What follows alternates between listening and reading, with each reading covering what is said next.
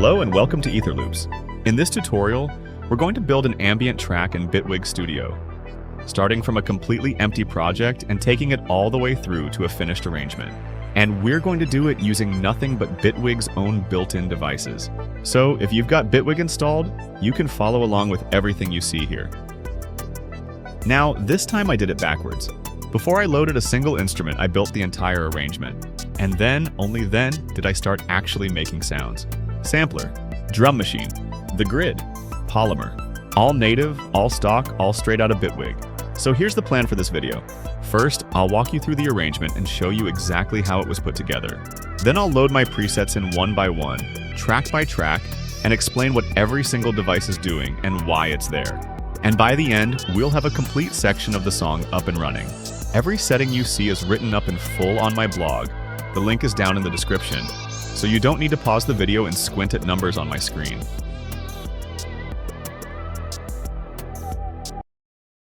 So let's start generating the arrangement.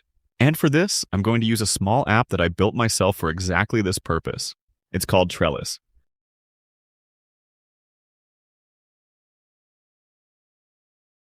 So here's where I set the length of the whole song. I can define it either in bars or in minutes, whichever I prefer. Then I set the tempo and the time signature. I can also give the song a name right here. And there's a whole list of genres available to choose from as well. There's also a field for the artist name. That one is purely for reference, though. It doesn't actually do anything functional, it just gets carried along with the project. Now let's move over to the Generate Structure button. Although, before we do that, there's one thing I forgot to mention. You can also set the intensity of the structure that gets generated. And now, as soon as I hit the Generate Structure button, the whole arrangement is generated instantly, built entirely from the inputs we just provided.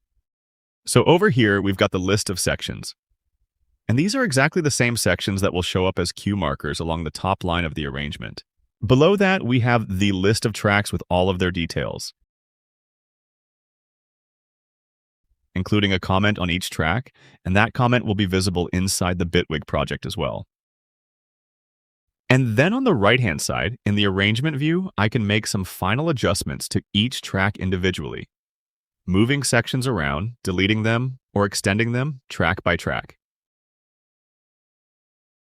Now, as I already mentioned, Trellis is built specifically for Bitwig, but there's also an informational section down here that lays out the entire arrangement as simple ASCII, so you can take that and use it in any other DAW you have. Okay, so let me now load a preset that I prepared earlier for this tutorial. Good.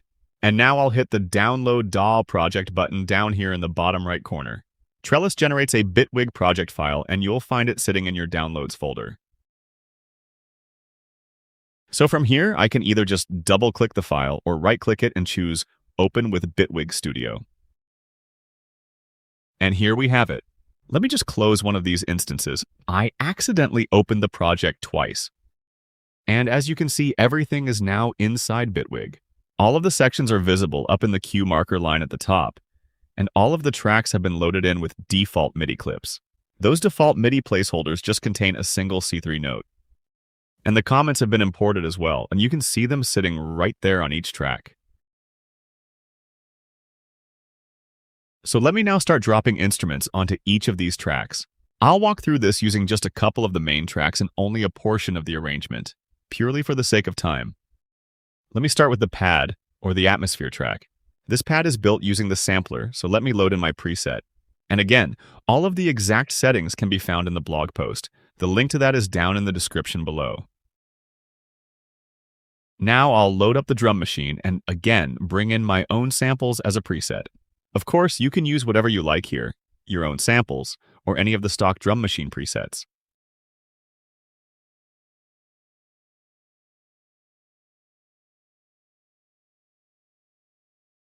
Let's keep going and load up the bass preset next. And now I'll load up the lead patch preset.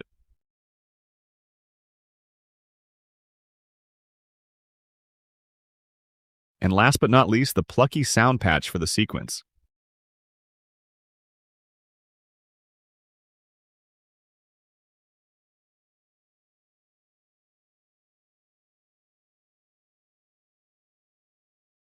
All right, now let's set the global key for the whole song. I'm going to go with E minor.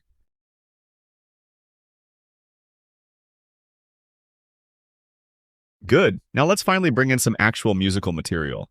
I'm going to use the Track Builder app to create a simple chord progression and a matching bass line underneath it. So let me load up a pre-prepared setup for the chill out subgenre using the same tempo and the same key, E minor. I'd like the harmony to be a bit richer here, so I'll go for 11th chords. And I'll set the chord change to happen every 4 bars. For the bass, the density will just be the root note of each chord, and the length will follow the full length of the chord. And as you can see, we end up with 2 chords, E minor 11 and A minor 11. So let me export the pad MIDI and the bass MIDI, and then I can simply drag and drop both of them straight onto their corresponding tracks. So now I've dropped in the downloaded pad MIDI along with the bass MIDI. And let me extend both of those clips out across the tracks.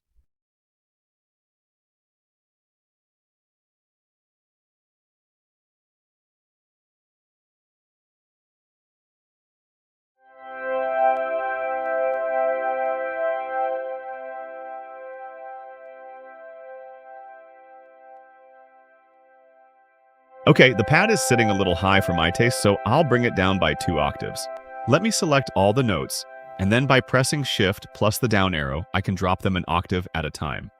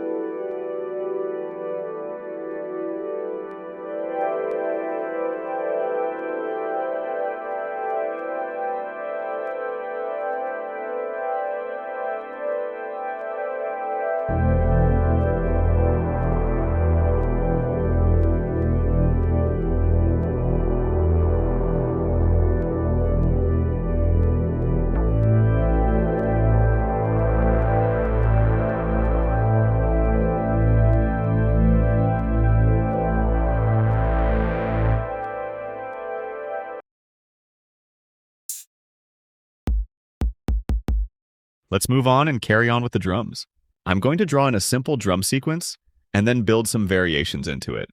I'll use the operators at the individual drum note level to bring in some probability and repeat behavior, so that in the end, the sequence comes out slightly different every time it plays around.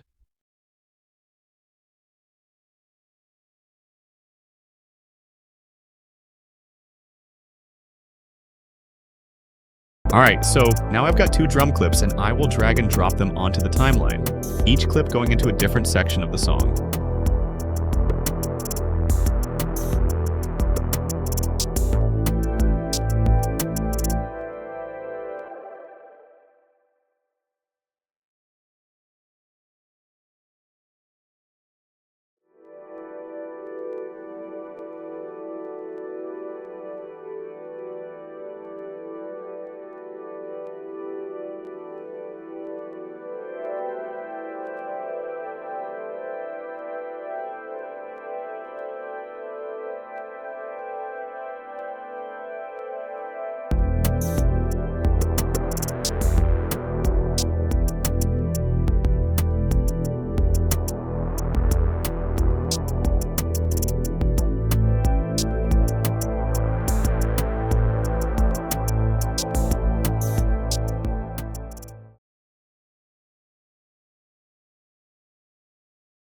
Good. Our next track is the lead. And for this one, I'm going to get some help from another mini app that generates melodies. It's called Driftline.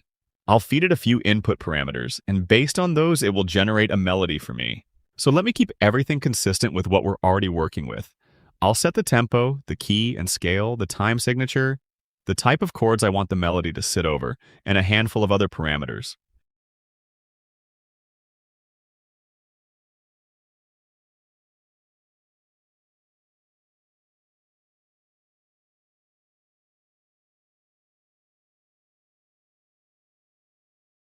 Now I can hit the generate button and the melody is created instantly. But for now, I'll just load up a preset that I've already prepared earlier.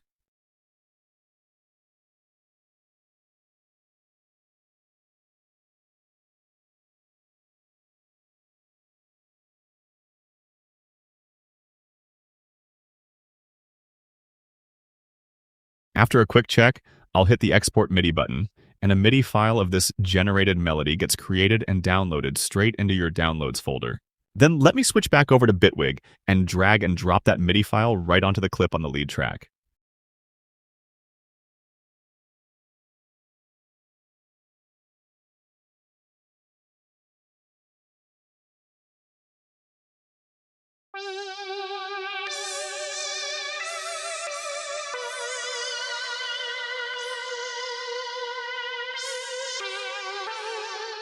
Alright, so I spent a bit more time working on the melody variations.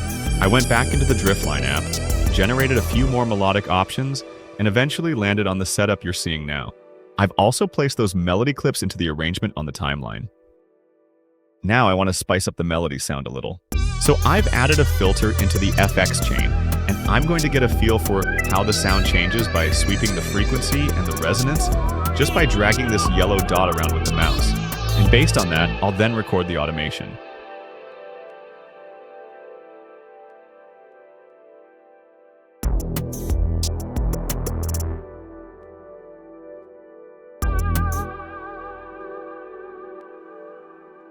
Good. So let me reveal the automation lane on the lead track.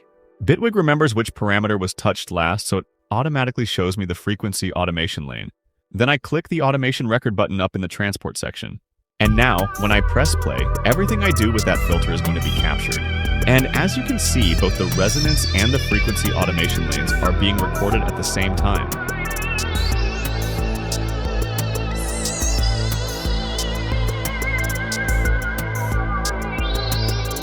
Of course, I'm doing this very roughly here, just with the mouse. You can map both the frequency and the resonance to knobs on your controller and perform it far more smoothly that way.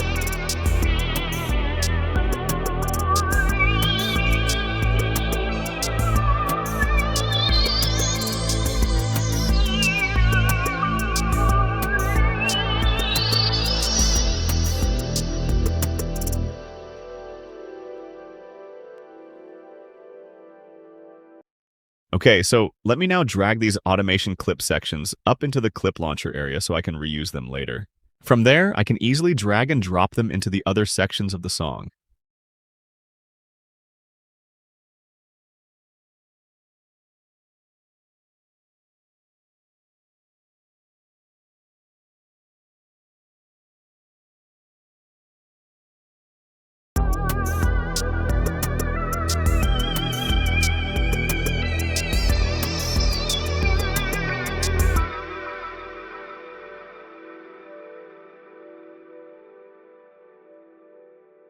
Now let's move on to the last track we'll cover in this tutorial, and that's the sequence.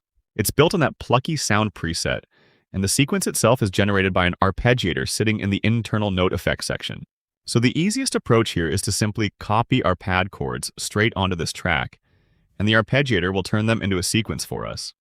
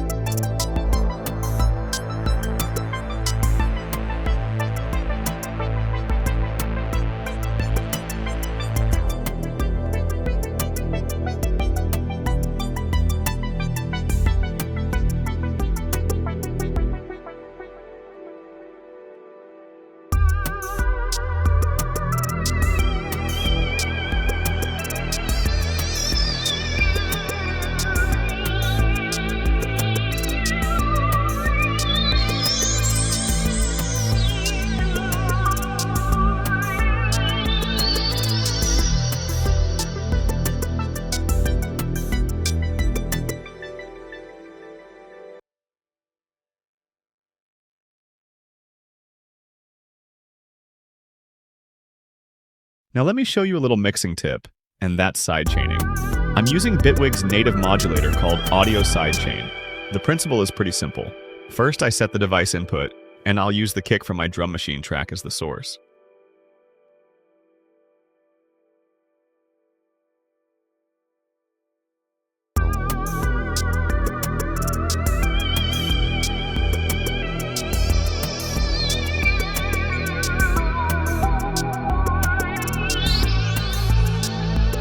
Then I map that modulator to the output of the synth itself.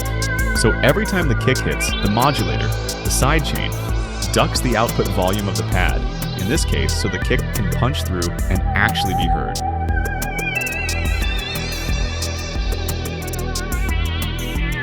Let me now copy that audio sidechain modulator over to the other tracks as well. You can do this by clicking and dragging it onto another track while holding down the Control or Command key. Or you can simply copy it, switch to another track, and paste it into the modulator section there. And finally, let me quickly draw in a volume ramp-up automation on the pad track, so the whole song opens with the volume gradually swelling in.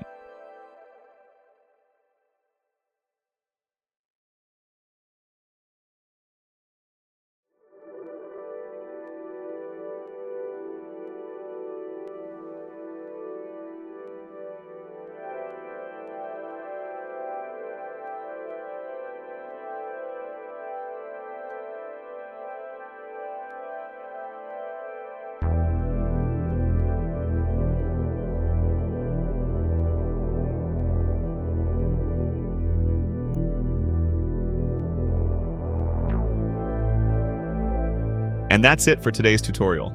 So, quick recap. We did it backwards. The whole arrangement first, built in Trellis from just a few inputs, exported as a DAW project and opened straight in Bitwig with every section, track, and comment already in place. Then we filled that skeleton with sound. A sampler pad, the drum machine, bass, the lead, and a plucky sequence. All native Bitwig devices, no third-party plugins.